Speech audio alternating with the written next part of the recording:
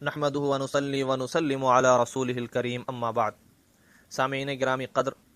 ماہ شوال کے سلسلے میں فرقہ اہل حدیث کی طرف سے جو لوگوں کے ذہن میں شکوک و شبہات ڈالے جاتے ہیں، اس مسئلے کے متعلق ہم آپ سے کچھ باتیں کرنا چاہتے ہیں تاکہ فرقہ اہل حدیث کی شرارتوں سے لوگ واقف ہو جائیں اور ایک صحیح صورتحال کیا ہے اس سے بھی واقف ہو جائیں۔ دیکھیے، فرقہ اہل حدیث کوئی بھی مہینہ ایسا نہیں گزرنے دیتا جس میں وہ شرارتیں نہ کر رہا ہو۔ ہر مہینے میں غیر مقلدوں کی طرف سے ایسے شوشے چھوڑے جاتے ہیں جس سے لوگ پریشان ہو، کنفیوز ہو اور ایک صحیح راستے پہ جو چل رہے ہوتے ہیں اس میں وہ تذبذب کے شکار ہو جاتے ہیں۔ خاص کر فضیلتوں کے سلسلے میں فرقہ اہل حدیث نے تو لوگوں کو بہت زیادہ پریشان کر رکھا ہے۔ چنانچہ شوال کا مہینہ ہو، چاہے شعبان کا مہینہ ہو یا رمضان کا مہینہ ہو، ہر مہینے فرقہ اہل حدیث جھوٹ بول کر کے، شرارتیں کر کے لوگوں کو کنفیوز کرتے ہیں اور پریشان کرتے ہیں۔ اسی سلسلے کی ایک کڑی ہم آپ کے سامنے لے کر حاضر ہوئے ہیں۔ ماہ شوال کے 6 روزوں کے متعلق کیا صورتحال ہے وہ ہم آپ کے سامنے پیش کرنا چاہتے ہیں تاکہ فرقہ اہل حدیث کی شرارت بھی آپ جان لیں اور صحیح مسئلے سے بھی آپ واقف ہو جائیں۔ اس مہینے کی فضیلت کے سلسلے میں حضرت ابو ایوب انصاری رضی اللہ تعالی عنہ حضور کریم صلی اللہ علیہ وسلم کا ارشاد عالی شان نقل کرتے ہیں: من صام رمضان ثم اتبعه ستا من شوال کان کصیام الدہر۔ صحیح مسلم میں امام مسلم رحمۃ اللہ علیہ نے اس کو نقل کیا ہے، اور اسی طریقے سے امام ابو داؤد نے سنن ابی داؤد کے اندر، امام ترمذی نے جامع ترمذی کے اندر، اور امام ابن ماجہ نے سنن ابن ماجہ کے اندر نقل کیا ہے کہ جو شخص رمضان المبارک کے روزے رکھے اور اس کے بعد ماہ شوال میں روزے رکھ لے، ستا من شوال 6 روزے رکھ لے، تو اس شخص نے گویا کہ پورے سال، پوری زندگی، کان کصیام الدہر، پوری زندگی روزے سے گزار دی۔ اور بعض روایتوں میں پورے سال کا ذکر آتا ہے۔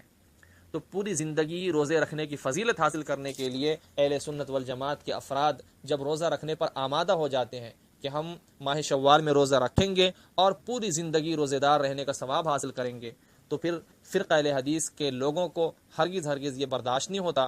کیوں؟ اس لیے کہ شیطان کی خواہش یہ ہوتی ہے کہ اللہ رب العزت کے بندے اللہ سے کسی طرح دور رہیں۔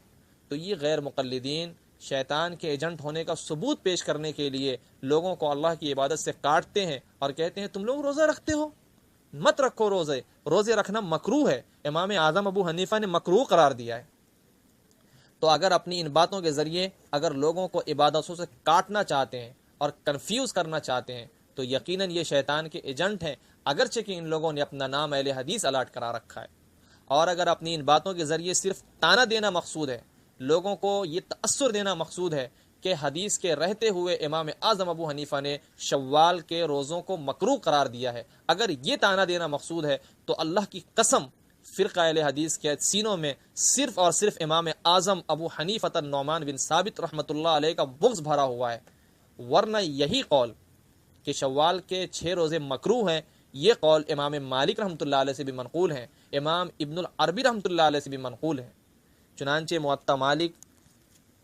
میں حدیث نمبر 684 پر امام مالک رحمۃ اللہ علیہ سے یہ منقول ہے، ان کے شاگرد یحییٰ نقل کرتے ہیں: سمعت مالکا یقول فی صیام 6 ایام بعد الفطر من رمضان انه لم ير احدا من اہل العلم والفقہ یصومها، کہ امام مالک فرماتے ہیں میں نے ایک بھی اہل علم اور اہل فقہ کو، ایک بھی عالم، ایک بھی مفتی، ایک بھی فقیہ کو نہیں دیکھا کہ وہ شوال کے روزے رکھتے ہوں۔ یہی بات ابن رشد مالکی رحمۃ اللہ علیہ نے اور بھی کلیئر کر کے بیان کیا، فرمایا لم یصح عنہ، شوال کے روزے رکھنا امام مالک کے نزدیک صحیح نہیں، وہو الازہر، اور یہی قول، ان کا یہی قول سب سے زیادہ ظاہر ہے، سب سے زیادہ واضح ہے۔ بدایت المجتہد جلد 1 صفحہ نمبر 308، اور امام ابو بکر ابن العربی رحمۃ اللہ علیہ نے جامع ترمذی کی جو شرح کی ہے عارضۃ الاحوذی، اس میں تو اور بھی وضاحت کے ساتھ بیان کیا اور بڑی جرأت کے ساتھ بیان کیا، فرمایا وَلَوْ عَلِمْتُ مَنْ يَصُومُهَا أَوَّلَ الشَّهْرِ وَمَلَكْتُ الْأَمْرَ أَدَّبْتُهُ وَشَرَدْتُ بِهِ لِأَنَّ أَهْلَ الْكِتَابِ بِمِثْلِ هَذِهِ الْفِعْلَ وَأَمْثَالِهَا غَيَّرُوا دِينَهُمْ وَأَبْدَلُوا رَهْبَانِيَّتَهُمْ۔ عارضۃ الاحوذی جلد 3 صفحہ نمبر 292 293، کہ اگر مجھے معلوم ہو جائے، یہ امام ابو بکر ابن العربی کا قول ہے، وہ فرماتے ہیں اگر مجھے معلوم ہو جائے کہ کون کون لوگ ہیں جو شوال کے مہینے میں روزے رکھتے ہیں، شروع شوال میں روزہ رکھ لیتے ہیں، اور مجھے ان کی سزا دینے پر اختیار مل جائے، اگر مجھے ان پر قابو مل جائے تو میں انہیں ایسی سزا دوں کہ لوگوں کے لیے عبرت بنا دوں کیونکہ اسی جیسے فعل سے، اسی جیسے عمل سے اہل کتاب نے اپنے دین میں تبدیلی کی اور اسی طریقے سے ان لوگوں نے رہبانیت کو داخل کیا۔ اب دیکھیے، یہ مکروہ ہونے کا قول صرف امام مالک سے نہیں، صرف امام اعظم سے نہیں، بلکہ امام مالک سے بھی ثابت ہے، امام مغرب ہیں، اہل مدینہ کے عمل پر ان کی فقہ کی بنیاد ہے۔ اسی طریقے سے امام ابو بکر ابن العربی سے بھی ثابت ہے۔ لیکن افسوس کی بات ہے کہ فرقہ اہل حدیث کے سینوں میں صرف اور صرف امام اعظم کا بغض بھرا ہوا ہے، جس کی وجہ سے وہ لوگ ان باتوں کو بالکل چھپا دیتے ہیں، اور ان کے جو جہلاء ہیں، جمعیت الجہلاء والخائنین جو ہیں،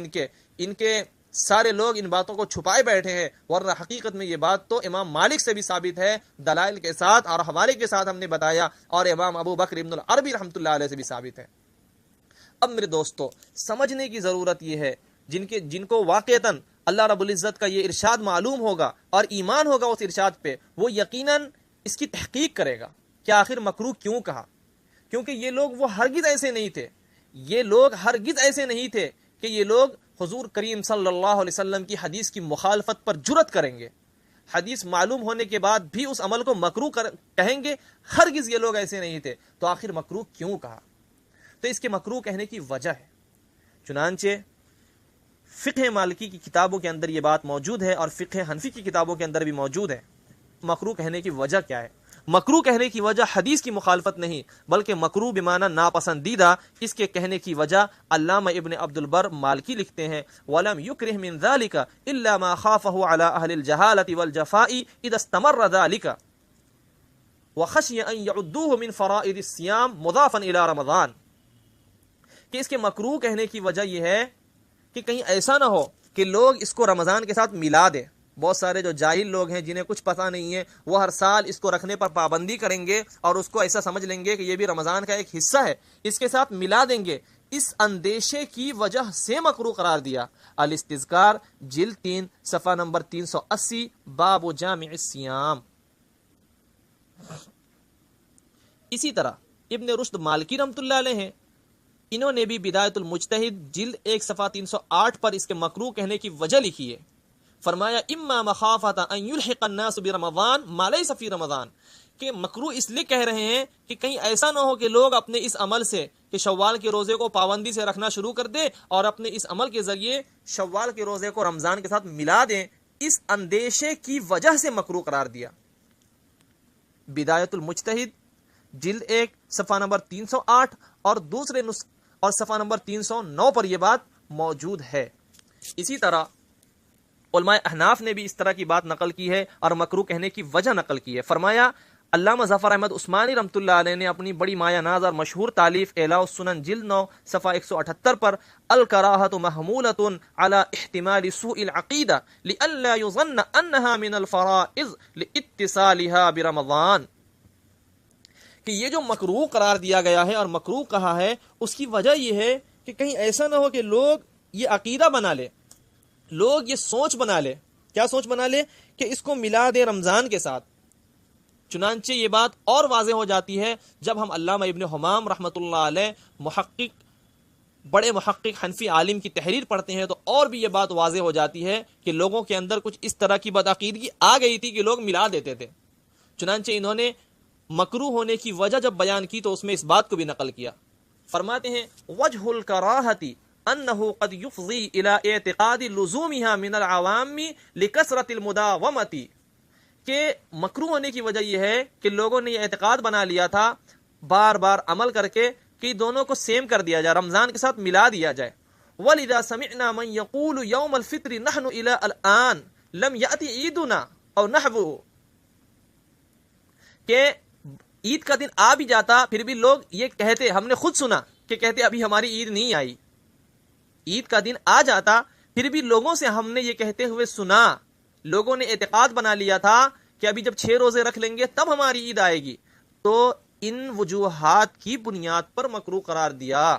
فَأَمَّا عِنْدَ الْأَمَنِ مِنْ ذَلِكَ فَلَا بَأْسَ لِوُرُودِ الْحَدِيثِ بِهِ، کتنی واضح بات ہے کہ جب امن ہو، جب اس طرح کی بدعقیدگی نہ ہو، جب اس طرح کی سوچ نہ ہو لوگوں کے اندر، جب لوگوں کے اندر علم آ جائے، مسئلے کی صحیح صورتحال سے واقف ہو جائیں، فلا بأس، تو شوال کے روزے رکھنے میں کوئی حرج نہیں ہے، لورود الحدیث بھی، کیونکہ اس کے بارے میں تو حضور کریم صلی اللہ علیہ وسلم سے حدیث موجود ہے۔